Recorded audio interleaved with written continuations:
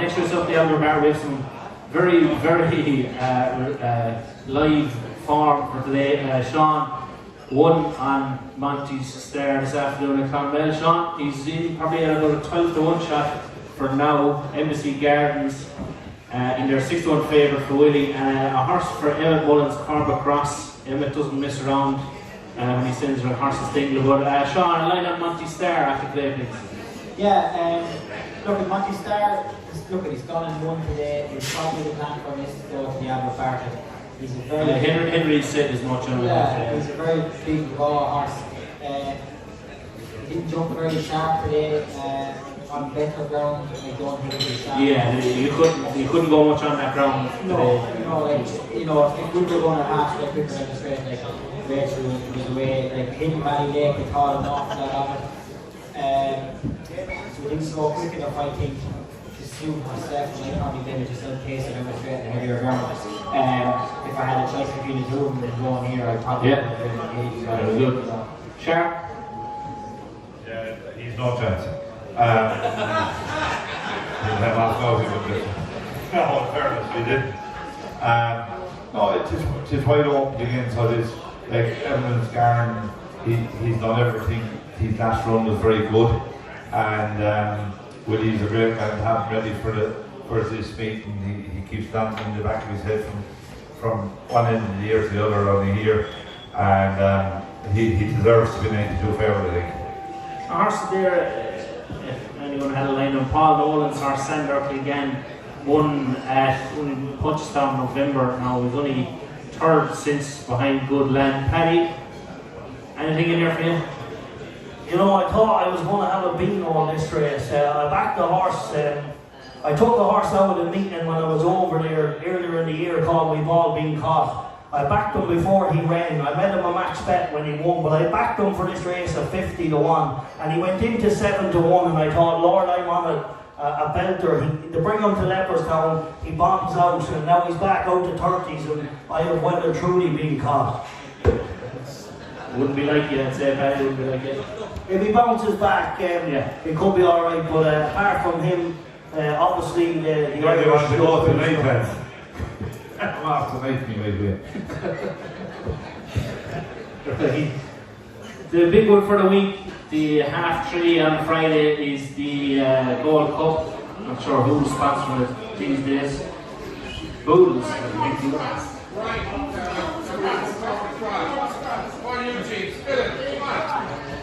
I'd love to see Corvus Cross winning. He's the best probably horse that I ever had. He's rated 145 at the minute. He's going for the Albert Bartlet. He's definitely going. They didn't run him today because the ground was too tough, and if he ran today he wouldn't be running in Cheltenham. He's a class horse. He's a good price, and he's definitely a good each way bet.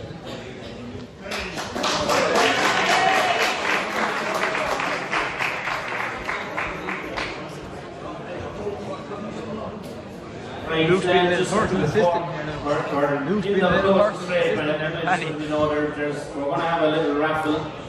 There's a $5 for a ticket, 3 for 10. Of course, I don't need to remind you tonight is all in aid of charity, 2 very, very worthy causes.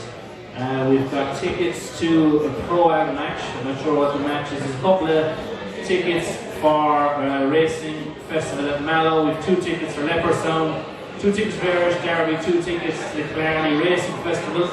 And I actually have 2 tickets for the Punchestown Festival for a Tuesday or a Saturday to give away as well. We'll throw them in there. Emma's just going to go around there, and tickets are a $5 a pop, 3 for a tenner. We'll go to the big one for the week, folks. The Boodles Gold Cup. I don't know. It's the flagship of the week. There's a horse in here. Shark might tell us. I have a quick line about it. Can he put it up to gallop in the shops, Shark? Listen, he's here, and I think he's entitled to be here. I hope to God that it don't rain and the ground gets good and quick.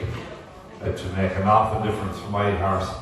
I think that if we have again Friday, usually in Cheltenham the ground gets good and quick, and the boys wouldn't it?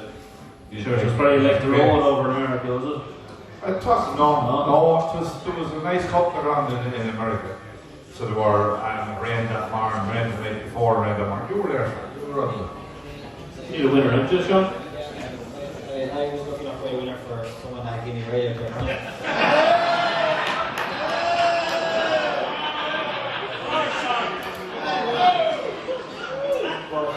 But it's bad, so the ground, we would have called the ground out there good team, wasn't it? And they said it was soft, borderline on like a different race for them. So that's very unusual from it's usually like common. Yeah, no, it was. But I think this race is wide open. I definitely think after last weekend it's wide open. Willie's horse, 13-8 doesn't look. There's definitely no value for him because now he is a very, very good horse. But I went through his form before last weekend. All his winnings was on soft ground and heavy ground. Yielding ground, he ran in yielding ground once before, and it's usually the good the other day. Now, the only thing that has me doubting Willie's horse is that, like, the horse that was second was a 4-mile chaser, and it took him long enough to get past him. Now, when he did get past him, he did go away from him, but like, I don't think they went very hard, and like from Flagfall, this race is going to be a fair cliffing. You have a blue tar has to come back from a long ways. He has to be as good as when Darragh rode him. Never saw, and that's a long time ago. And that's a long time ago. Noble Yates, if it was a flat track, I think Noble Yates would take a lot of beating in it. But he has a dodgy heart because before he won in entry, he was sold and he was thrown back up and then they bought him at a price. But he went to Cheltenham the other day and he was okay, but I thought he should have nearly won the other day. Yeah. Right? Like, Brave Man's Game is Paul Nichols is talking him up. But like, he's a horse that I think if this race was ran in entry, he'd win because he loves the flat track. And like, you have Gordon's horse, Conflay. He needs soft ground. Conflay. He's a horse that I looked at him the other day, big feet, and I'd say he'd be taken off the bridle a long ways out. And my own horse is there. I think he's entitled to be there. It's why, like, if Willie's horse is 13-8, if he was taken out of the race tomorrow morning, you could pick 10 of these horses, but I wouldn't change my horse for any, because I know that we went to Goblin with him over 2 miles 6, and everyone said he had no chance, he wouldn't be able to light up in a 2 mile 6 race, and he made the run. You know, and everyone was saying that, oh, he can't, he won't be able to lay up in this. And he went to this stole, he gave a stone and a half to nearly everything, and he was running he was running the I backed the horse in front of one. I was on buses in myself that day. But I think he would have been beat. If he hadn't fought, I think he would have won, right?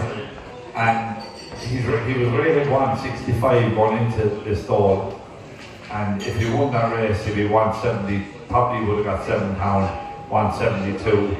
And sure, if that's the way it was to be the second race, highest horse in the race. So, listen, I don't know, maybe I'm biased because I'm training him, but I know that he got a break.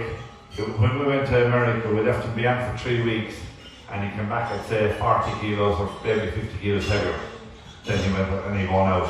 He's a really relaxed horse, so he's. But like, he went to America and he was good in America. He was good in the vet 365 over 3 mile 5.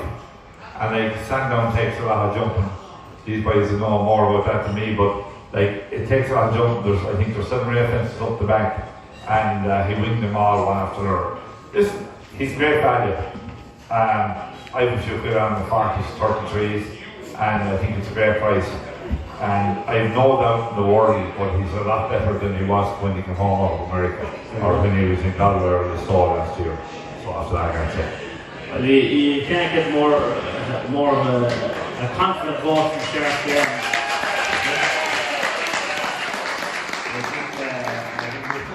regardless of whether we back the horse or not, we'd all love to see it. Paddy, a line on the Gold Cup? Yeah, look, do you know what? It must be a lot better race than we all give it credit for this year, because there seems to be a lot to talk about when it comes to it. You know, obviously after the favourite, he looked a bit of a superstar in the novice ranks. I thought he won ugly in Leopardstown, but there was a lot to like about the way he stayed on. I think Shark's horse was very interesting. He's clearly unexposed. I thought what he done in the stole was phenomenal, considering the horse on his inside in the stole is not a genuine Grade 1 horse. But mark my words, if there ain't a Grade 1 around this stole, he takes some beating from any horse, because Busselton just loves it. So for me, Shark's horse was going to do him off a big waves. He was coming to take him. Going into Cheltenham at the prices that he could have been back that earlier in the year, which, like Shark, I have took some of them prices. If the ground was good, I think he'll run a race. Can he win it? I don't know. I think Paul Nicholls is right to be bullish about his horse. I know there's talks of the track and things like that, and yes, that can be a worry, but he's not even money. He's 10 to 1. He's coming in here, when he ran in a novice hurdle, he came into Cheltenham off the back of 5 runs. When he went to Aintree in a novice chase, he went to Aintree off the back of 5 runs. He's a monstrous, big, late developing green horse. He's coming in here fresh. His piece of form the last day was a standout piece of form when he got the worst ride in history to win at King George. He was on the outside of a horse that nearly knocked him over 20 times. But yeah, he hit a flat spot turning in. But you watch him going to the last. Harry Cobden shook him up, and the response was impressive. He won 14 lengths. Yeah, look at him. Just watch him go through the line. Don't even watch it. Like, the race went wrong everywhere. Too wide. Interfered with. He added pace to the race with a lap to go. He came up, added pace to the race, and still didn't tough it out. He quickened away and won it well. He's clearly a good horse, and I've backed him each way, and I've backed you each way, and yeah, the rest of them, Statler, if he wins a Gold Cup, I'll be shocked. The favourite's the right favourite, I suppose, on reputation.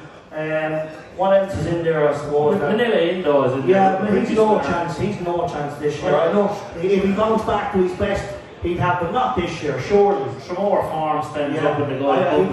He beat a half-fit Statler getting the run of the race, and Statler has no chance of winning either. I think he'll run well. But anyway, look, Hewitt and Nicholls' horse each way against the field. Sean, Gold Cup. Would you be for or against the favourite? Well, Shark said an interesting one. He said he wants heavy ground. I was reading up here. It says very soft in France for the Fordham de la Bonne. He won. Then he came to Ireland, heavy ground, he second, pulled up on heavy ground. 6th on heavy ground, 1 on good yielding ground, 1 on yielding ground, 1 on yielding ground, 1 on yielding ground, 1 on soft. No, fell on soft, but that was Cheltenham last year. Then yielding ground he won, soft ground he won, yielding ground he won. Cheltenham will never be good ground.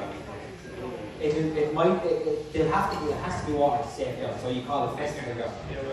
He was going to absolutely lock up in the novice chase last year and the soft ground, yeah. So I just look, I think if he handled the ground, he was a little bit disappointing the last day. I thought he should have got your man better than what he did, but I think staying track like Cheltenham will save him.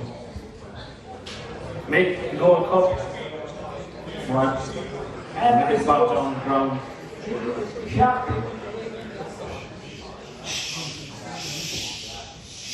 See that there was a 4-course meal for next year here at the minute. I got that tonight. Yeah. If you would be here in time enough, you would have gone as well. I got it tonight, man. You get tonight.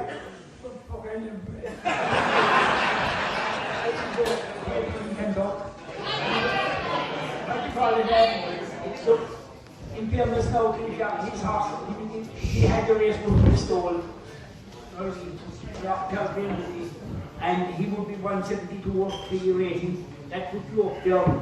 And I was actually thought over watching the race in America that the ground looked on the television, looked kind of very dry, and I was kind of thinking that geez, he won way too far, how will he come home out of it? So when you want big rounds, it's fantastic because in Cheltenham, if you get good, I think that by the point it dries out, you know, people look at the top of the ground and know it might be safe ground. So you have to be great each way. Like a Plutarch, the last day he ran over in Haydock, year before he ran Cheltenham, he was ready to look the superstar. He'd like very good, I suppose, but something changed in his mind. He went down to the start, he gave a small peak and he kind of went to turn around.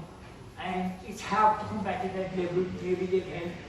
So, like what you call it, up to date, like Willie Mullins has won it with horses that were superstars, never won a couple of World Cups and things. So his horse is probably entitled to be a good favourite, and Paul Townsend appeared to be very, very pleased on this, when he took up the horse. So like, hopefully to the 2-horse race and the sharp finishes in